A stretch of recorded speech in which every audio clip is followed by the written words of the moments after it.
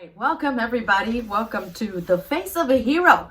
And it's just an exciting moment for all of us, especially when we have a wonderful guest this evening. But before we go to our guest, we want to tell you a little bit about ourselves. We got Agustin Marron. Tell us about you. Who are you? Where are you from? A ver, cuéntanos. Well, if you haven't heard from previous podcasts, well, our little impromptus, but my name is Agustin Marron. I have a small studio here. It's called the AMP LLC studio. I do quite a few things here.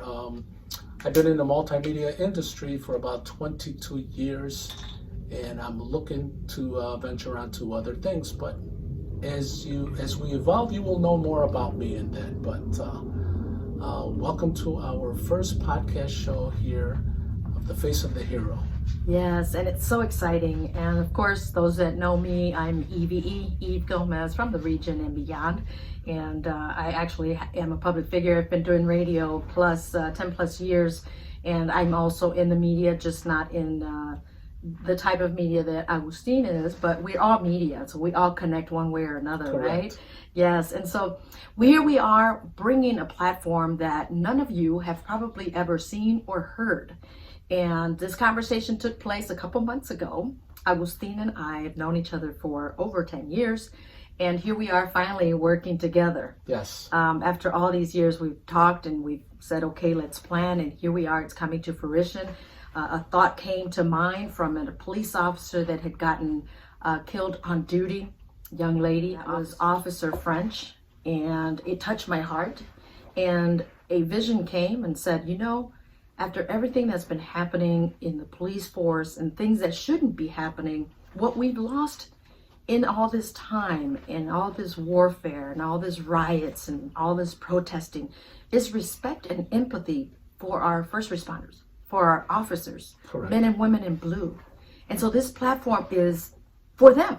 It's not even for Agustin or myself. This platform is so that our audience, you that's watching, that's listening, get to feel that they too are human, just like anyone else out there.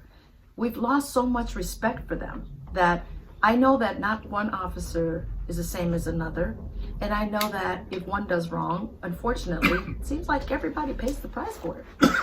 Yep, it is. And one of the things about our program here is not only are we going to bring on guests for police officers, but also for fire, EMTs, and emergency room personnel. We want to bring on 911 operators.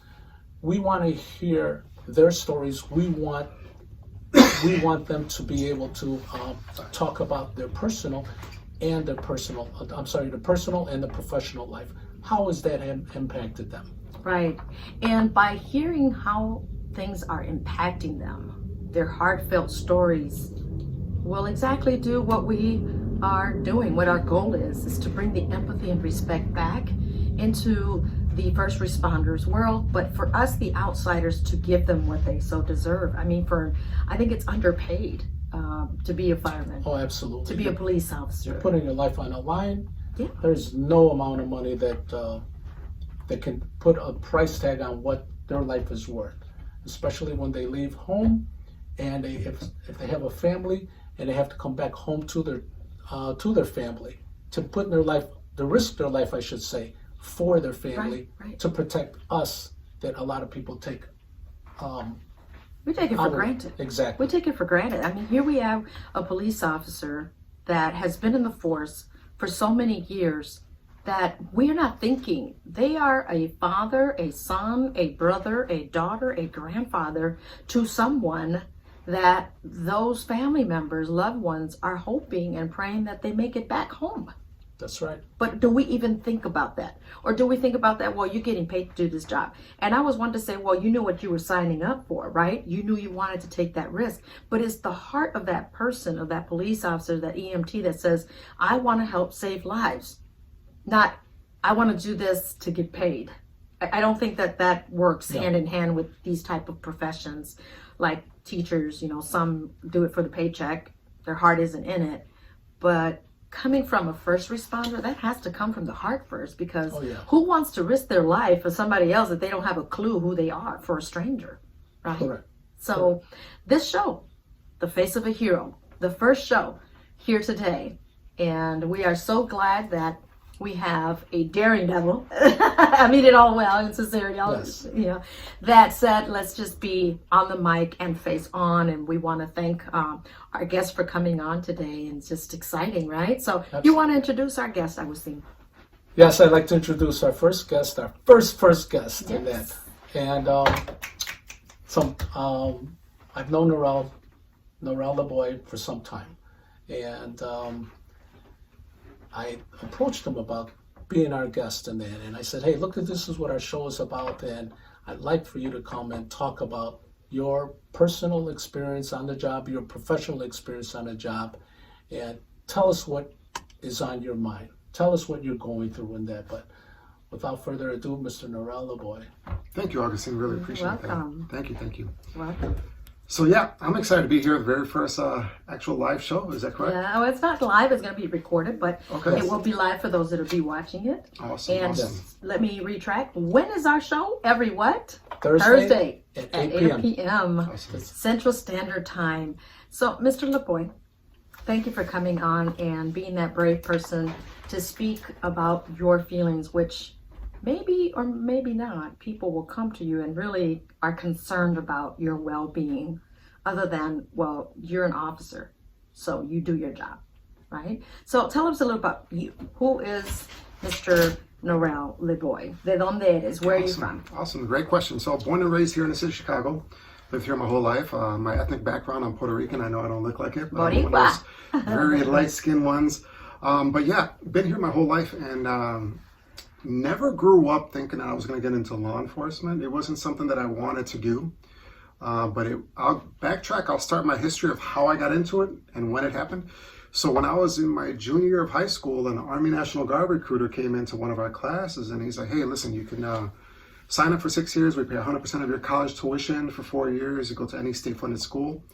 And so that's where I thought about it, and I took the exam, and I was like qualified for like 2 pages full of jobs in the Army. I could have been a nurse if I wanted to, but you get up to 3 choices when you join the Army, what you want to do. So my first choice was military police. I thought it would be pretty cool. So got that, went to boot camp, went to advanced training, military police school, and that's where it started my career of wanting to be the police. Then went to college, graduated from UIC, degree in criminal justice. Then right after college at UIC, got hired by Chicago Police. My intent was to go local, state, then federal. So I want to start at Chicago, then go to state police, and then go to like FBI or DEA. What's funny is that when I was in school, my last year at UIC, I applied for Chicago, state police, and DEA. As soon as I graduated, I started Police Academy December of 1999. While I was in the academy, state police called me. They wanted me to come down for an interview. And I was like, well, I'm in the police academy. They're like, well, you're going to have to withdraw. And I was like, no, you withdraw me then. And then DEA, they worked around my schedule for 2 years to go through the whole process, which was pretty cool. And I didn't get selected for that. But I thought Chicago was pretty cool because there's so many different units you can get into. It was a bigger department. So stayed with Chicago ever since. And this past December, 22 years on the police force, and did a lot of things, a lot of great experiences, a lot of sad experiences. But, you know, I grew up in Chicago, and I remember living on the west side. I lived in Chicago and Keeler as in 3rd, 4th grade, and seeing these gangbangers and drug dealers on the street. Yeah, K-Town.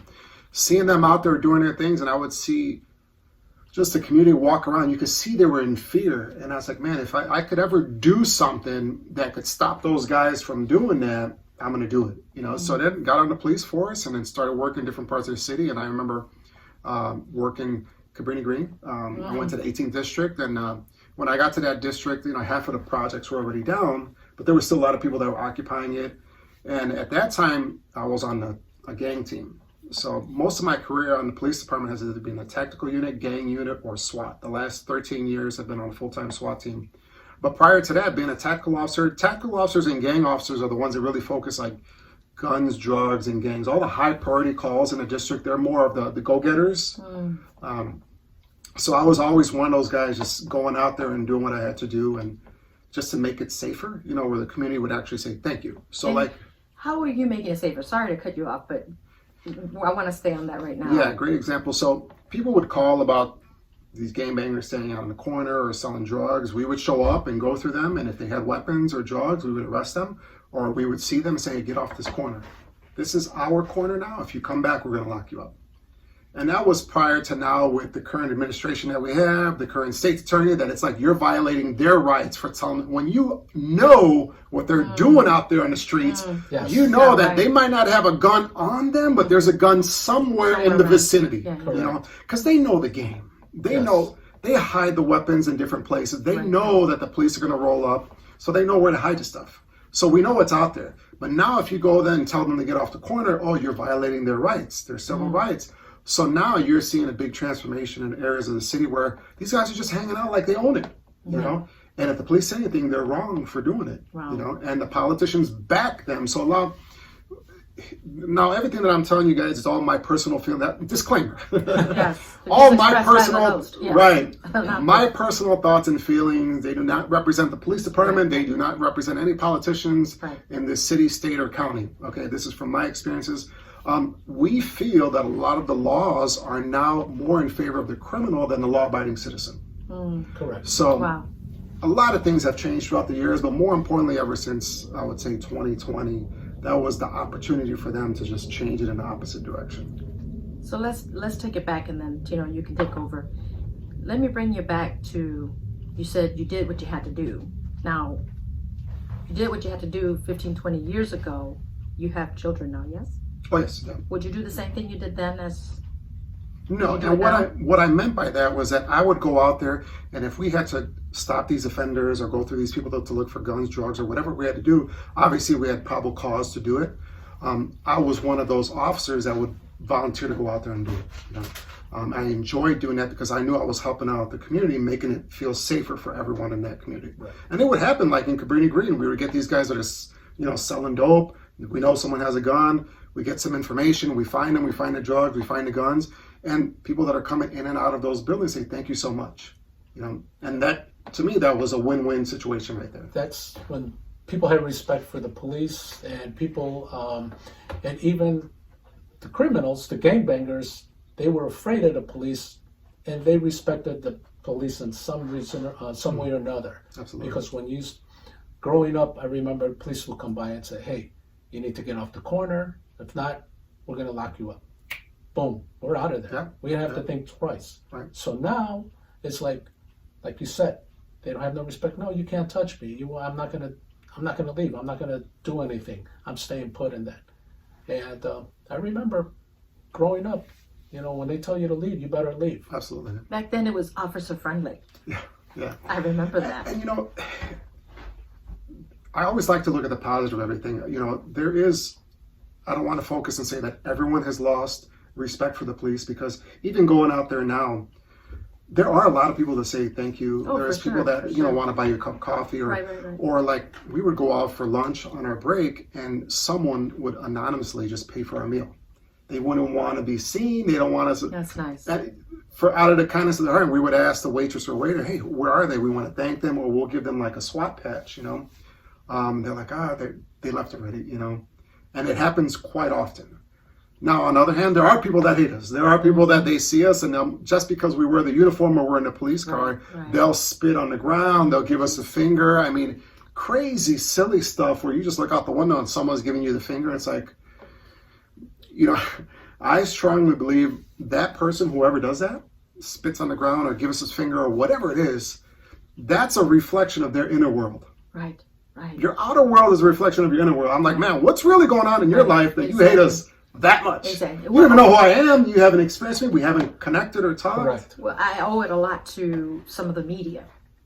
Sure. I owe it a lot because people are being programmed, if you will, Yep. how to feel towards a certain profession. You see blue, they spit at you. How does that make you feel when they give you the finger, when they call you names and they just show you disrespect? Or even going to a restaurant, which I just read somewhere that a police officer went into a restaurant and they refused to serve them. That's so unfortunate on top of a restaurant, on their hand, because now that gets out. That gets out to the other officers through social media. And then now, not just the officers, but people who actually support law enforcement, who are patriotic, now they just lost a lot of their business. Correct. You know? And that's on them. That's on them. And I think for me, once again, it's my personal opinion. I know how to control my thoughts and my state of mind, and I just said, man, that's so unfortunate you feel like that. Right. Which is Sorry good to feel that like you that. have that mindset. Yeah. I can't say that every officer has that mindset. No, you know, a lot of people don't. It's just people in general. Officers are not. They just don't. We see it all the time. People just start going crazy on the street for whatever reason. It's like it's something that's not taught. And I'll go how the way I usually go is personal growth and development. Mm-hmm. You know, what's your morning ritual? What do you do to like step out of what you're doing? Like when someone says he's the police, I said, no, I'm not the police.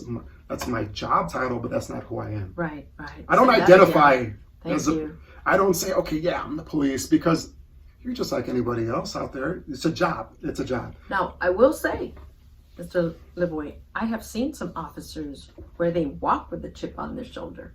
Mm-hmm. Some women, they treat you differently, especially a woman talking to another woman. It's like the way they stand, their demeanor, and you know, what's in their mind that makes them feel that now they have the badge, they have the gun, so they're more empowered.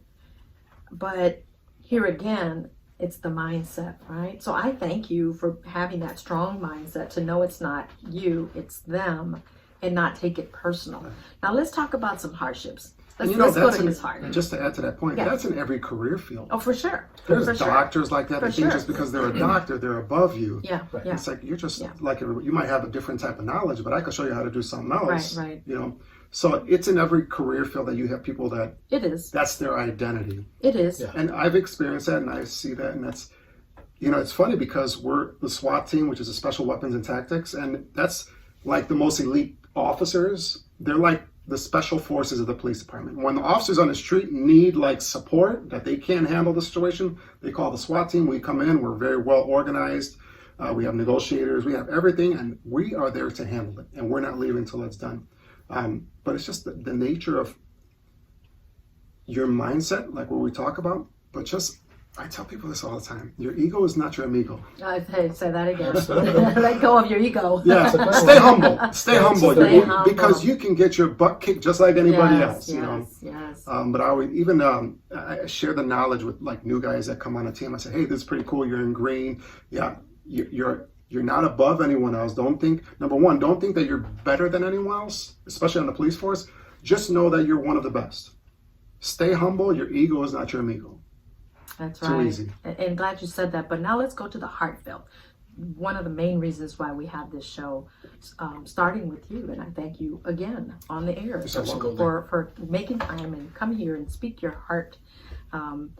What has been in the 22, you said? 22 December was 22, yeah. And congratulations. And thank you for serving. You served in the military. Thank you for serving. Thank you for serving now up until today in SWAT and Chicago PD.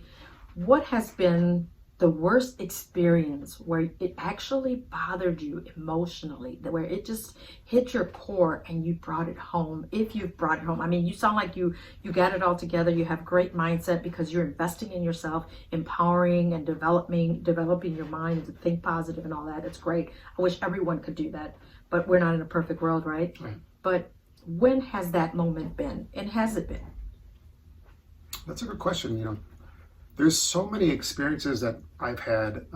Could it have been in your younger years, even as a CPD, not as a SWAT? Mm-hmm. Well, it's SWAT. We're on the Chicago Police Department, so it's all the same department. But different experiences. You know, they say, I read an article just the other day that the average citizen has like maybe 2 traumatic incidents in their life, whereas an officer who does about 20 years has over 800 traumatic incidents that they experience. Yeah. And for me, it wasn't until, and there's so many that I've experienced, but one that sticks out and says, this is what it did for me, that you can think of. I can't say one specifically because there was so many, but here's what I can tell you how I handled it. Okay. Number one, I personally always have an attitude of gratitude. I wake up in the morning and I do a quick prayer. And I thank God for everything that I have, a roof over my head, beautiful family, healthy family, and you know, thank you for everything that we have, number one.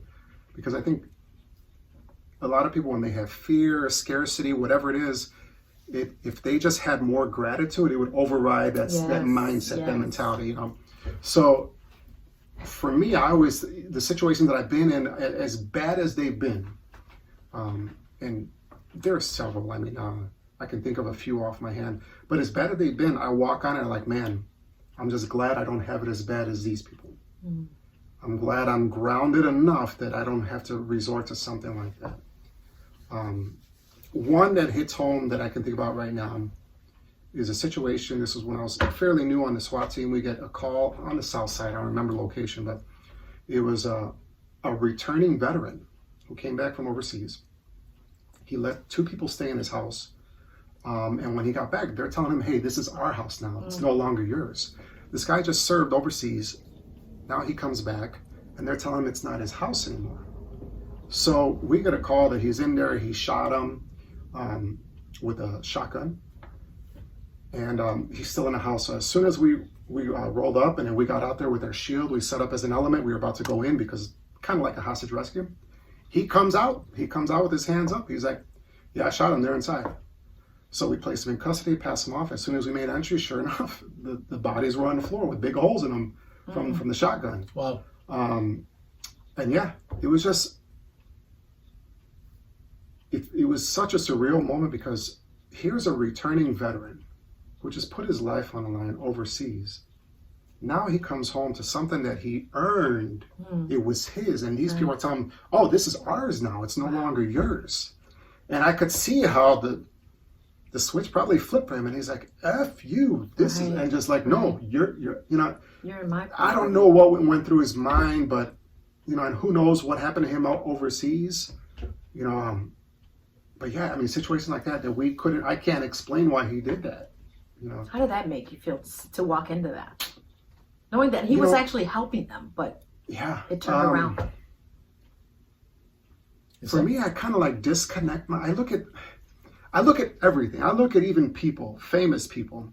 I'm not starstruck, or it could be anyone here. Right. It could be the most famous person sitting right next to me. I say, hey, how you doing? I'll introduce myself just like a regular. They're just regular people. They're just people. Period. But I'm going to look at people like, situations that happen like packages. Like packages, you have packages all over.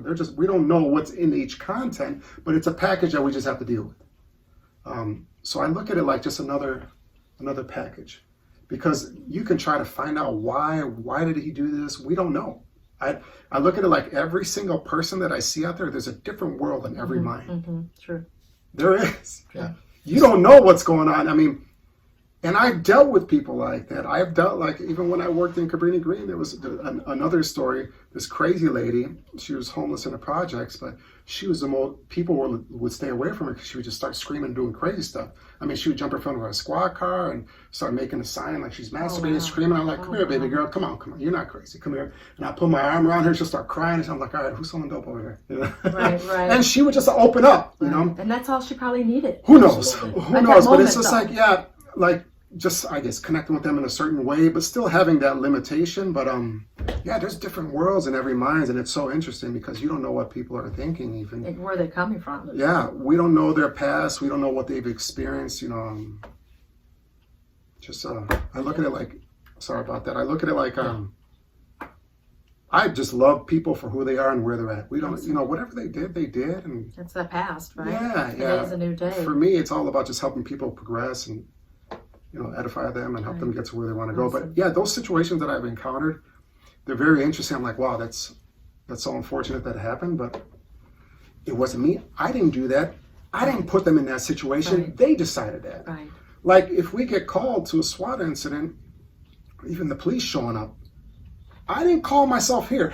Right? I didn't want to be here, but your actions caused us to be here. Right. So don't blame me. I didn't do this. Let's really analyze. You did it. That's why we're here. You know? Right. That's just my thought process when we get to these situations. But yeah, it's just unfortunate. Things happen, and I've learned how to just process them different, I guess. Well, 22 years of experience, you've learned a lot, right? But I think it has more to do just with, and they don't teach this in school, the department doesn't teach it either, is personal growth and development. Like now with the police department, because of the consent decree, they have to do more training, where officers are getting more training for just mental health and stuff like that, which is great. It's so good to hear. It's great. It's awesome. Wow. It's not enough No. because just having like an 8-hour class once a year, it's not enough. That's something that has to be, if not daily, like what I call the daily disciplines. Like I don't watch TV. I don't watch the news. Good. For That me, makes two of us. no. That's toxic. Well, and I'm going to be honest and share my thoughts with you. I think the media, they're so good at fear mongering. They're so good at drawing. Evildoers.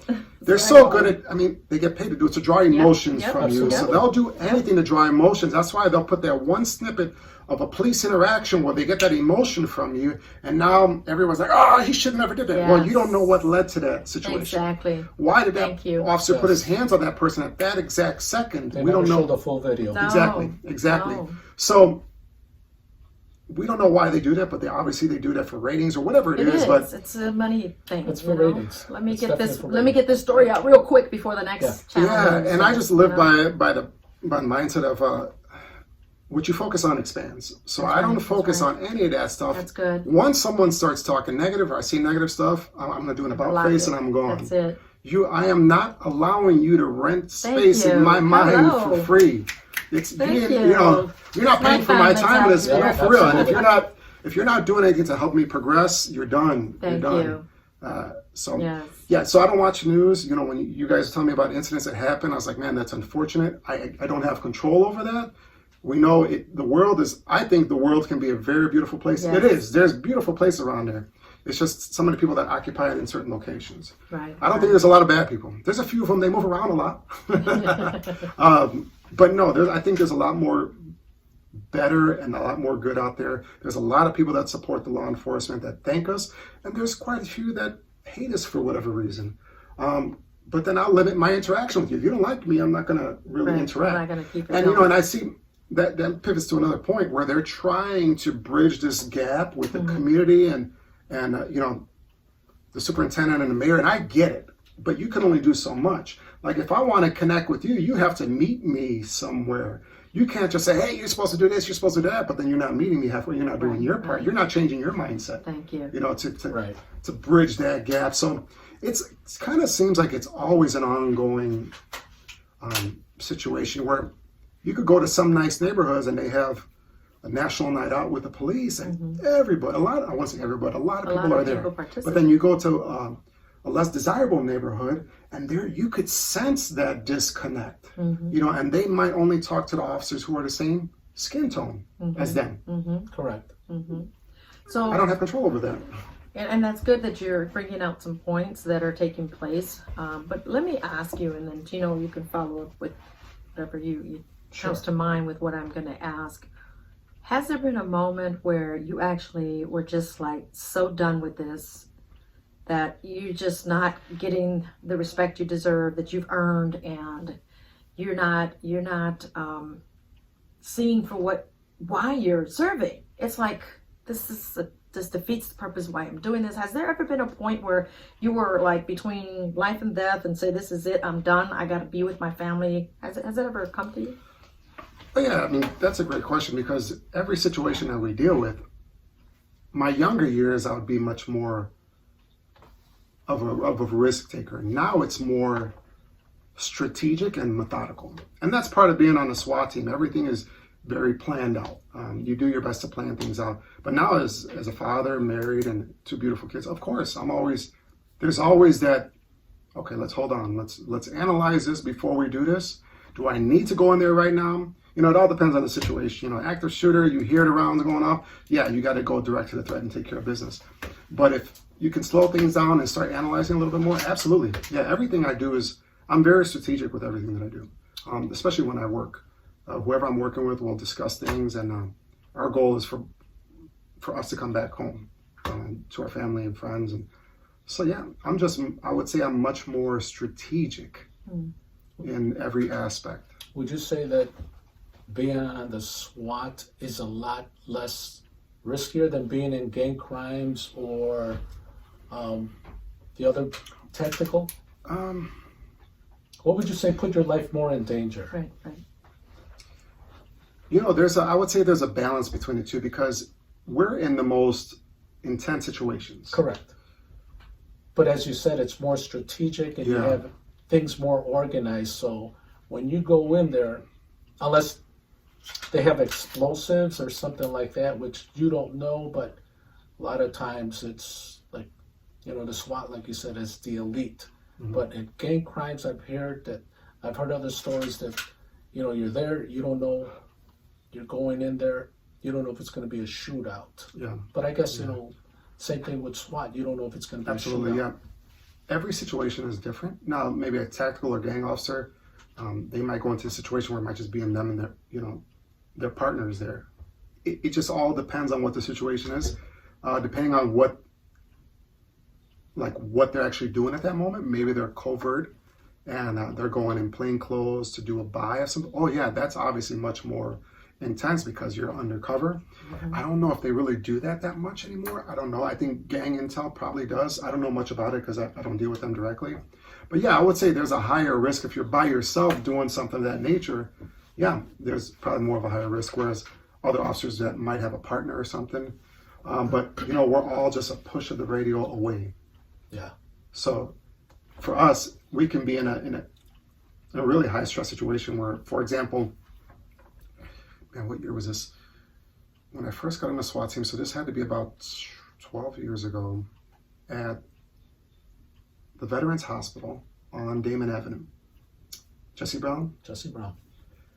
There was a subject who had just killed his mother and father. He goes into the emergency room with the gun. He shoots off one round, which means one bullet, inside the ER, and then he barricades himself in a corner room. I'm fairly new to the team. I actually lived not too far from there, right? At the time. So I'm like, I had to wake the wife up, say, hey, baby, I got to go. We have a SWAT incident. And she's like, you know, I can't sleep when you're not home. I said, no worries. It won't be a big deal. I'll be home soon. But I was actually one of the first ones showing up, besides the SORT car that was responding because they're working the street. SORT car stands for Special Operations Response Team. So anytime during a given day, we have maybe anywhere from 1 to 3 or 4 SORT cars up, anywhere from 2 to 3 SWAT officers in there. They're roving the city, listening to the citywide radio in case there's any high priority calls that they can respond to first, lock it down while the rest of the SWAT officers respond. So there was only a few guys that showed up. So when I showed up to the TOC, which is a Tactical Operations Center, they said, okay, grab the ballistic blanket. They need you to go in because the negotiator's trying to negotiate with this guy down the hall, and his megaphone, the battery went dead, and then there's the only thing that's really between them is drywall, like 2 examining rooms. So what we do is we'll put a ballistic blanket up, set it up, so if this guy tries to shoot through the wall, it'll go through the wall, but it'll hit the blanket and stop. So I'm new to the team, and I got all this gear. Probably the bag itself with all the ballistic blanket is like, I don't know, 70 pounds or more. Wow. And that's not including all the gear that I have on. That's a good 50 plus pounds. So here I go in there, and then when we're in situations, we'll do things to make it uncomfortable for the subjects. But guess who else is uncomfortable? You. We are, right? Yeah. So they had shut down ventilation, all that stuff. So here I show up, and the sergeant who was in control, he said, okay, I need you to go over there, put the blanket up, and then I need you to stand in front of the negotiator. So the negotiator is now yelling over my shoulder to the corner room where the guy could easily just crack the door open, pull his gun out, and start shooting at us. So now I'm standing there in the ready, and that's what we practice, right? We train to shoot targets. Like this guy was probably within, the corner room was probably within 21 feet where I was, and we trained to shoot depending on the situation. If I'm supposed to shoot someone like for a hostage situation, right here, what we call the 3x5, 3 inch by 5. So we train to shoot that within 1.5 seconds. 21 feet, 1.5 seconds with the rifle. Wow. Because if you're in a hostage situation, that's a sympathetic nerve reaction where if you shoot them right there, boom, the arms are going to drop. You won't be able to shoot or do whatever to the hostage. He's done. Right. So we train for that. We were trained for that all the time, and we constantly training for shootings. But that's running through my mind. And in my mind, I'm already telling myself, I know I'm going home. He decided to come here and do this. His actions cause us to be here. If he does something that's going to put me at risk, I'm going to do what I'm trained to do. Correct. So I had no doubt in my mind. I was ready. So I'm standing there in the low ready to, if I had to engage. And the negotiator's yelling over my shoulder, hey, we need you to open up, come out, we're here to help you, all that good stuff. So yeah, that situation actually ended well. The guy ended up giving up, dropping the gun, and coming out. Good for him. Yeah, that was many hours later. Probably I think it ended like 7 a.m. Oh my goodness. It started in the late evening hours, towards midnight, I believe. And the executives of the hospital are like, whatever you got to do, get him out. They were talking about throwing OC, which is ole resin capsicum, which is pepper spray. But then you got to think about that. If we do that, then they have to disinfect, just clean everything up. And it would have been a mess. So we obviously didn't do that. But ultimately, the guy ended up. Plus, it can probably go through the ventilation system. Yeah. Right. Obviously, if you turn the ventilation back on, it's just going to be a big mess. Yeah. So you have to, clean all that up. But so we didn't have to use any of that. But why did I go off on that story? we were talking about any situations that. As far as more dangerous one versus another. Oh yeah, so I was sharing that with you because here I am within 21 feet. This guy could have easily just cracked the door open, pulled a gun out, and start shooting at me. And we're geared up. We have our ballistic vest on. We have plate carriers that are designed to stop like high caliber rounds, rifle rounds. So I was all geared up, and I was very confident in my skills and ability. And it was your first one. No, that wasn't my first SWAT incident. That was a first major one that I was that close to a subject that it could have went south really fast. And we had other operators around inside. It wasn't just me and him. There were other operators within the emergency room. They were set up different angles. But yeah, that was one where I got really. I mean, there's been many, but that one I remember vividly because I was fairly new on the team and experiencing that. But everything turned out well. I went home and So a husband came home. Exactly. So that's a victory right there. So what has been your worst trauma? I mean, I always say PTSD exists in everyone, not just police officers, especially if they experience something that they go home with and they can't sleep because they saw a baby gunned down, bullets everywhere, or a charred baby, or an elderly person that just got what they didn't deserve, things like that. I know you guys go through so much and see so much, witness so much, EMTs as well, but in your... A lot more, yeah. Paramedics a whole Oh, for sure. But what has that been, that moment? What moment has that been where it really traumatized you, if it did? Because you sound like you're a very strong-minded person. Yeah. But you weren't always like this, so... Even, let's just go back 20 years ago, 22 years ago, 15 years ago. I have one for you. So here's how I'm going to explain it. Traumatic situations happen all the time. Right. Especially in our field, law enforcement, medical field. It's how you identify the situation. Like, these situations when they're very traumatic, someone was killed or whatever it was, whatever happened, I don't give my power to those situations. For me, I've learned how to disconnect.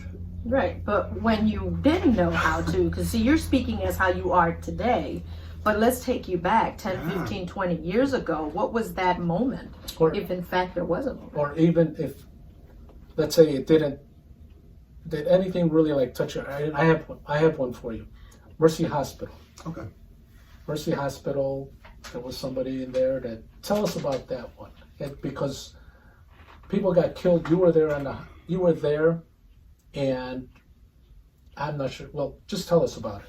Yeah, so Mercy Hospital was an active shooter situation. Happened a few years ago. So that one, when we got the call, we get to work out being on the SWAT team. So when we're working, we get to work out for an hour and a half, then hit the streets. So when that happened, I was actually working out and my partner was downstairs and he said, hey, listen, we just got called. We have an active shooter at the hospital. I was like, come on. He's like, no, for real, multiple calls are coming in. So I said, go over there, I'll meet you there. Once I responded, I'll walk you through how it happened. And then where I ended up, when I showed up, I saw a lot of blood and stuff like that I see on a lot of scenes. I didn't get to interact with anybody who was actually shot or killed because they were already taken away. But that situation was caused by a subject who was there. He went to go kill his fiance, which he did in the parking lot. He shot at officers, shot one officer in the holster, goes inside the hospital. 2 women are coming off the elevator. He states to them, run, and he shoots one of them. She was a pharmacist. He shoots her, kills her. Then he starts running down the hallway. We have a SOAR car that responded. It was 3 officers on the SWAT team. They're on my squad. 2 of them going through one door. Another officer goes through another door. He's directed down the hall to where this active shooter is. As soon as he turns the corner, the subject is shooting at him. So this officer responds, shooting 4 rounds from his rifle. Then his weapon jams. So as he's shooting, he's getting shot at. He goes across the hall. Then there's a lieutenant that runs behind him, and then there's Officer Jimenez that runs. Officer Jimenez was shot in the neck. And it just so happened, I mean, that was just such a lucky shot on the part of the subject, of the criminal, because you're 75 feet down the hall to just start shooting and to hit an officer at that perfect time when he's going across the hall. He wasn't aiming, he was just shooting at the police. Correct. So the SWAT officer, he goes across, he doesn't know that the lieutenant and then Officer Jimenez runs behind him. He gets down in the prone position, which is on the stomach. He corrects the malfunction on his rifle. He's in the doorway, so he's behind a steel frame. Then he gets in the prone position and he's waiting for this subject to pop out 75 feet down the hallway. The subject pops out. Officer shoots 1 round from his rifle, hits him center mass, drops him. The subject, and I'm not going to say his name because I don't want to give power to him. No. You know, he Amen. means nothing Amen. to anyone right now. But he tries to commit suicide by shooting himself in the head, but the round goes around his head. So the lethal round that actually took him out was 1 center mass. 5 rounds were shot by police on that incident. Multiple rounds were shot by that subject. And those 5 rounds were from that 1 SWAT officer. No other officers shot at this guy. But then I also responded to that, and as I got on scene, there was crime scenes where you see the blood and stuff like that, and we were directed to the basement because we were told there was a possible second shooter in the building. So we had officers that were already locking down the top floors, and there were also patrolmen, different units, also from different units, actually different jurisdictions too. Because when we were in the basement, we found 2 guys with rifles, and they identified themselves as sheriffs. And we're like, man, thank you for identifying yourself. We appreciate you guys. But that just goes to show that a lot of people in law enforcement who are in different jurisdictions, they're listening to the radio too, and they want to respond and they want to help too. But anyway, we cleared the basement, and we were down there for a good hour and a half. You know, imagine being in a hospital basement, clearing boiler rooms and the laundry, all different rooms, and then there's still people hunkered down there, so we had to clear them out. So it was quite an interesting situation, and then being just drenched in sweat because all that weight on all you. that gear, and then you're looking for another shooter, and then once the all clear was given, you know, it was just that 1 shooter. But you know, I guess for us, it's just all the training that we do on the SWAT team, that it's just like, for us, it's like another situation for me. You know, yes, it's the real deal, but I don't think of it like that. Like, oh my God, my job is to go ahead and take whoever this offender is. If he's shooting at us, to take him out. If not, you know, apprehend him. I'm sorry. So yeah, it was interesting how that whole thing unfolded. Yeah. How was your adrenaline going at that moment? Especially going through the basement to try and clear it because you didn't know. You know, I relied, of course, your adrenaline is going, but then you do what we call tactical breathing, taking deep breaths in, hold it for a few seconds, let it out in a few seconds, and just get your mind right. You know, have confidence in your skills and ability, but also who you're working with, the other operators. Reading off of them, their different angles, because on the SWAT team, it's a different mindset. It's more of, you're not just worried about that, you're thinking about different angles, how you can be hit from different angles.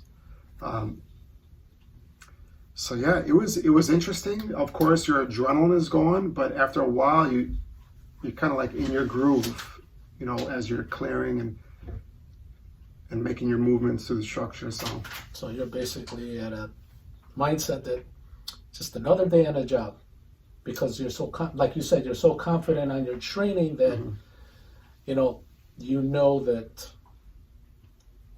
they got your back. Your team has got your back. So that's why you'll hear officers say, "You got my 6," meaning my back. Like is that what that means? That's right. So 12 o'clock. 12 o'clock is right in front of you. 6 is your back. You got my 6. Yeah. No, but were you always like this?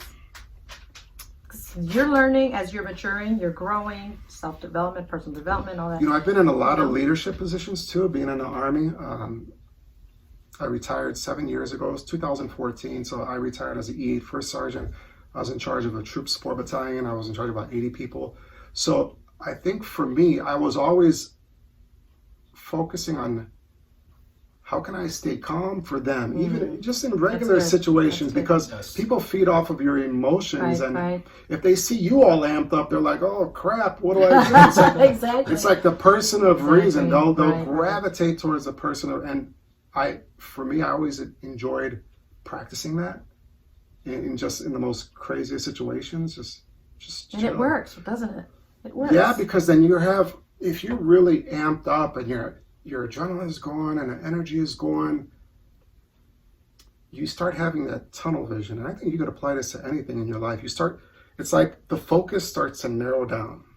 And if you just slow down, because we also train when we're on the shooting range, once you finish, say you have to shoot 5 reloads, shoot 5 more, once you finish that, you're looking over your left, you're looking over your right before you move, because you don't know if there's someone else. I mean, on the shooting range, we're all online, but that transpires into real life, that if you do get into a shooting situation, look before you move. Because you don't know if there's another officer behind you that might be trying to engage a subject.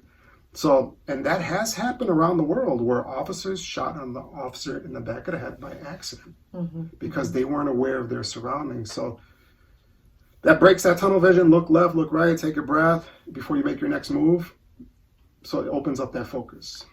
So speaking of making the right move, have you seen officers in your entire 22 years of serving in the police department where they actually narrow their mind and you actually see them make the wrong move? Oh yeah.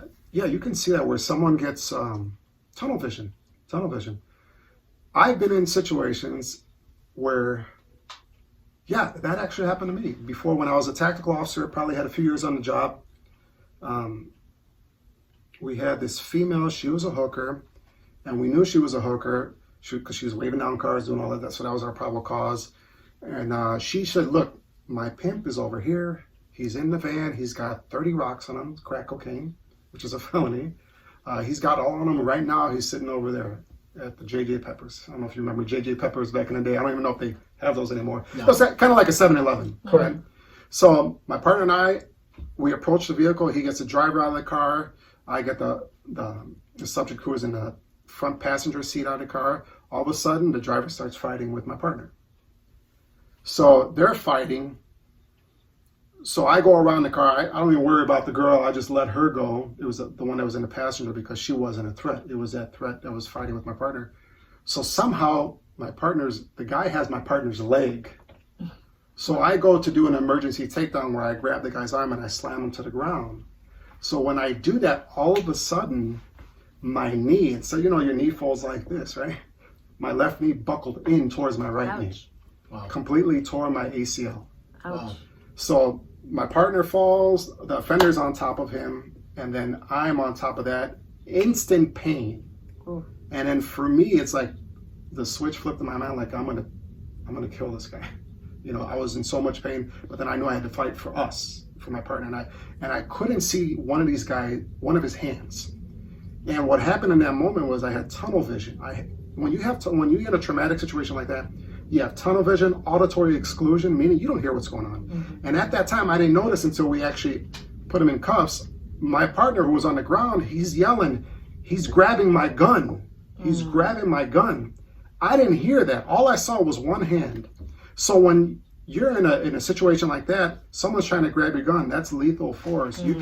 I was pretty much authorized to shoot him in the head right there. I only saw one hand. I didn't see the other hand, so I commenced just beating on this guy's head using the weapons that I had, right? And then I saw one hand start to wither. So as I stood up to grab my handcuffs, which I had right here, I see my partner, he's trying to scoot out of the way. I didn't know why he was doing that, but he told me later on why. He actually was doing that because he thought I was going to pull my gun and shoot the guy in the head. So he didn't want to get in the way. Right, he didn't want to, of course, right. Right. But I was going for my handcuffs. I threw the handcuff on the right hand and then got his left hand and put him in handcuffs. But during that time, it goes back to what I was saying, that tunnel vision and auditory exclusion. I was just so focused on this one guy, I didn't hear anything. Prior to me actually putting hands on the guy, I got on the radio and I gave my beat number. I said, send me some cars, and I gave our location. As soon as I put my radio back in my holster, I heard sirens going, so I knew cars were coming, But yeah, it was like auditory exclusion, focused. You don't hear anything. You're just so laser focused. And that happens. That's a very traumatic situation. Not only was I fighting for my life, my partner's life, I just had a major injury happen, right? You got You were pain still going in on. pain. Yeah, Oh yeah. my gosh, yeah. And I'm like, ouch. yeah. So all of us ended up going to the hospital. I went to the hospital for my knee. My partner, he chipped his bone in his thumb because the way he fell, his hand and the gun, and then that subject, he went to the hospital too. And all he got for that, because we charged him with attempt murder too, because he was trying to take my partner's gun. He got 6 years. The guy's probably out. Who knows what happened to him? But then we got charged for all the drugs and stuff like that. So yeah. Wow. But that was auditory exclusion right there, and that can happen to anyone, even no matter how much. Most guys, no matter how much training you have, that does happen unless you really practice that. And even when you're shooting at a threat, you're going to have that. You got to be focused. Yeah. Right. For those of you that are just now joining us, this is actually the launch of our show of The Face of a Hero, and we have Officer Norell Liboy. What is your current title now? SWAT operator for the Chicago Police SWAT Team. SWAT operator. Yes. Wow. We want to thank you for all the stories that you've shared. Oh, you're so welcome. I wanted to break you, make you cry, and just get the feelings out of you. Yeah. But you're a very confident individual, and you know what it takes to get to where you are with your mindset. And hopefully whoever watched this show, if you are an officer as well, and you are a rookie, learn from the experts. I know that there's a lot of rookies out there, and they have shown me true colors that they're rookies by the way they behave. Instead of de-escalating, they're escalating a situation. Correct. And I think that if you're not well experienced, do the best that you can. Find a mentor. There you Find go. a mentor. That too. And do yourself empowering. Get yourself a course like you were mentioning. Tony Robbins, exactly. What would you encourage to our rookies to avoid any mishaps or tunnel vision, if you will? What would you encourage them to do? Training is key. There's more training now on the Chicago Police Department. There's more training for the officers than there was before. I would seek my own training back in the day, and I was wondering, why is it that, you just finished the academy, and there's really no ongoing concurrent training. A lot of that has changed already, so there's a lot more training going on. I still feel there's not enough, but some is better than nothing. But then also officers need to go and do their own. Right, invest in themselves. But more importantly for me, it's a lot of personal growth and development. I had no clue that at bookstores there was whole sections on personal growth and development, kind of like self-help. And for the people that say, well, I don't need that crap as self-help, you're the one that needs it the most. Thank you. You're the one that needs it the most. Exactly. And I share that with everyone, your ego is not your amigo. You're not better than anyone. You're just, especially on the SWAT team, you tell the guys, you're not better than anyone. Just know that you're one of the best. And I think that humbles you. And no one needs to know who I am or what I do. Like usually when I meet someone, I don't tell them right away what I do. Right. I just want them to see them for who I am and just know me as that. Right. Once I get into that role, I'll play that role. But for me, a lot of these situations, you were asking me about traumatic incidents, situations, there were so many, but I just disconnect myself from it. I'm just so thankful that it wasn't me. That's not my lifestyle. That's something that we had to go on and respond to, and we had to mitigate it. I go home, and one thing that I would do to disconnect is, especially my boots that I would wear, I would take those off before I go in my house. It was kind of like a little ritual for me, but for me, I was leaving that junk in the garage. I don't want where I step all the crap, all the garbage. And I mean, we've been in some crazy places that you're like, how do these people live in these situations? That's on the boots, and no matter how much because we would not come back from SWAT incidents or high-risk search warrants that we were calling to the office, say, hey, can you have the bucket ready to disinfect our boots, to clean our boots once we get back, because we would step through so much crap. Oh my goodness. And I would leave that, in the squad car or in the garage, because I don't want, my house is my domain, totally separate. Like I said, the job is not my identity, it's just a job. And if people would learn how to just disconnect that a little bit more, be confident in your skills and ability, but stay humble. Stay humble, Well, so important. You have a very strong mindset. And I guess I applaud you. Since from years ago, and that's survival. And not too many people, because they'll fall into this kind of like a rut, and then they feel sorry for themselves, and then they start taking that out either on liquor or drugs or anything to try and control that. But like you said, it has to be, you have to have a strong mindset to be able to separate yourself from that trauma that you're experiencing or seeing. And I myself, sometimes I try and think about it, I try and disconnect, and I've been through some trauma, and I kind of like put it to the side there, because then it can really get to you, can really eat you up in that. And again, I've seen people that they can't control it. Right. They're more strong. reactionary. Well, a great example, Tony Robbins, phenomenal mentor for a lot of people around the world. He has, if you ever go watch some of his stuff or go to his seminars, he has yet to lose someone who's about to commit suicide. And he's dealt with hundreds, because what he does is he helps them design such a compelling future that they forget about what the hell they're so sad about. They forget about that victim mindset. Because my belief is you can be a victim or a victor, right? That's right. So it's what you decide to be. And we all, he even does it himself. And I have a lot of great mentors like that, but I listen to this guy all the time. He gives himself like 90 seconds to feel that way and then snap out of it. That's right. Because I hate, right. Well, for me personally, I hate wasting time. Thank you. So we're gonna you can't get that time back. No, we're going to waste time worrying about this crap. Forget it. For why? For why, right. Not for what, but for why. For why. Yeah. And that pity party does nothing. It doesn't help you get there. No. So I think if more people would just have more of a compelling future and speak life into the things they want to do, instead of speaking he sounds so much into the negativity. I love it. Yeah, let's do it. We'll do some more stuff in the future about personal growth and development. But I love to see people win. Whatever I can do, help them get to that next level. That's what I'm about. So one last question coming from me, Officer Norell. What would you do different, if anything, now in 2022, and what would you like to see different now in 2022?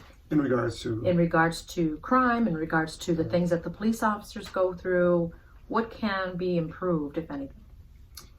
Well, it's a perception. It's a lot of the politics that we can't control. It's the politics that are doing this to their own city and state.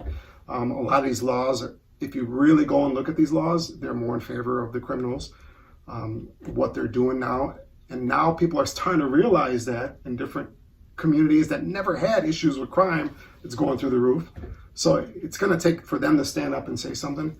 But they got to change the politicians who are in charge of this got to change their mindsets too. Absolutely. The police department is doing what they can right now, even though it might feel like it's going slow. It's in a direction for the better.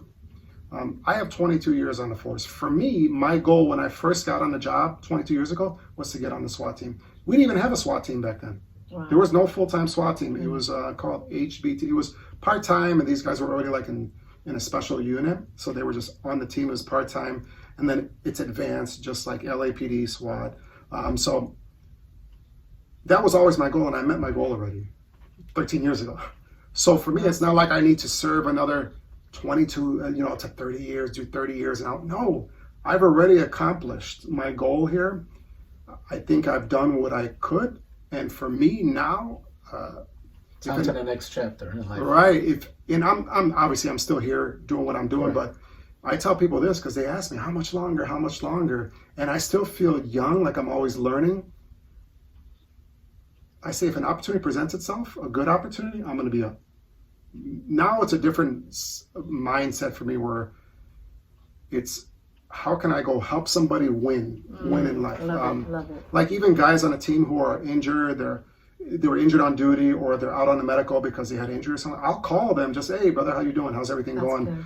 I don't know if some of the supervisors do that, but I used to be in charge of troops, so it's always, I've learned that when I was in the Army and even here, soldiers or just people in general, they don't care how much you know unless they know how much you care. Right, exactly. So I'm always just checking on people because I think if you put out that positive energy, you're going to get it back. Absolutely. It's so true. And one more thing, 2 officers, one specifically, he was just so down, one guy that I work with, a good friend of mine, and I didn't know I did this for him. He told me this like a few years later.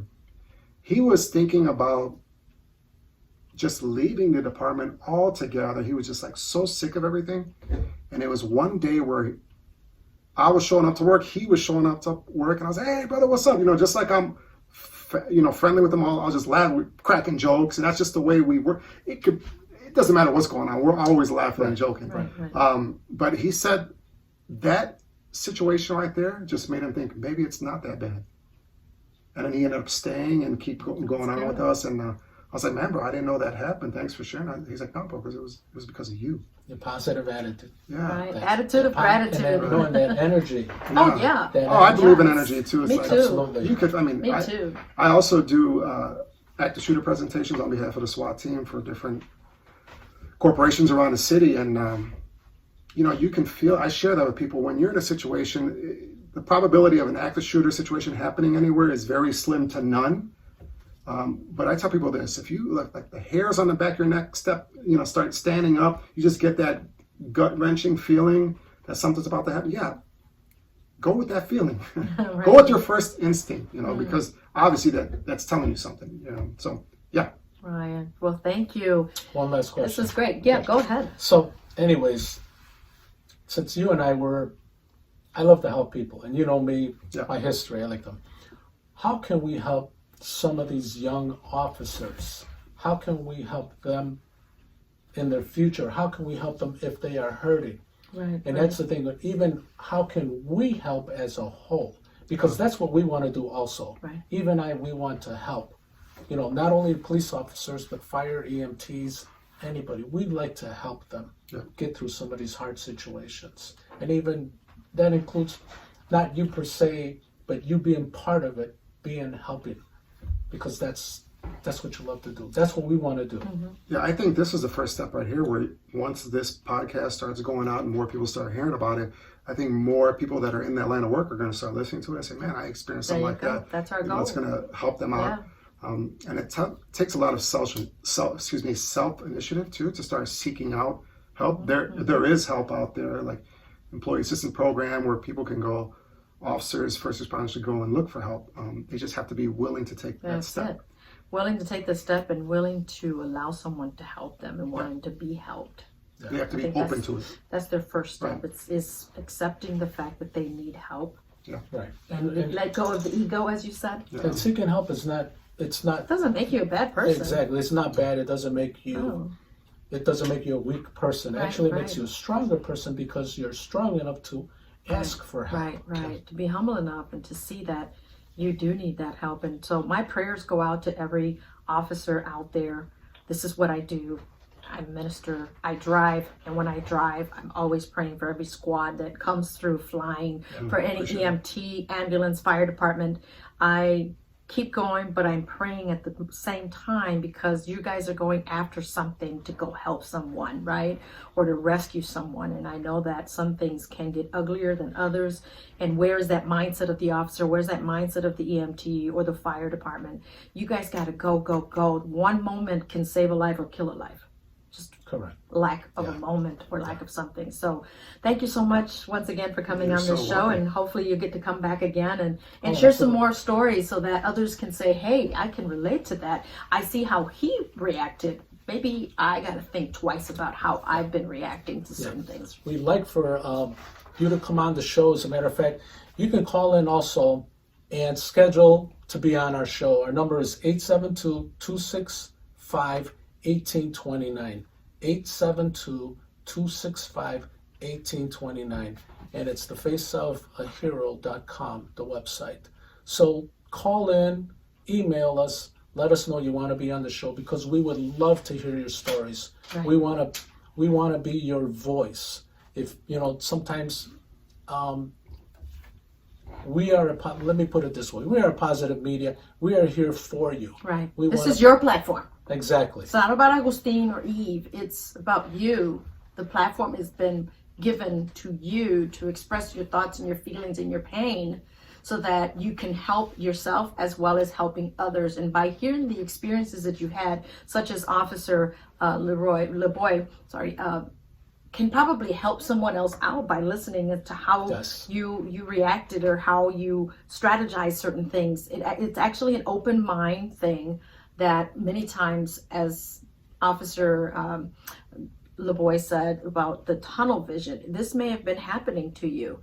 Well, you got to seek help. You got to go out there, ask questions. Don't be too high of an ego and be stuck on that. What's your word? What's your famous? Say it. Your ego is not your amigo. Stay humble. Stay humble. Stay humble. That's right. And so we're here to help you. We're here to keep you lifted in prayer. And I thank you for serving those that are watching. This is a show about you and for you as a first responder, not necessarily only a person in blue, but also, as we said, EMTs, 911 dispatchers, operators, nurses, emergency room personnel, ER doctors. Correct. We want to hear everybody's story. Right. All first responders. But again, thank you again. Thank you for watching our first podcast. Many more to come. Yes, and it will be coming on and airing every Thursday at 8 p.m. Central Standard Time. So we thank you. Have a wonderful evening. Agustin, muchas gracias. Thank you. This was awesome. It was. Right. Well, thank you.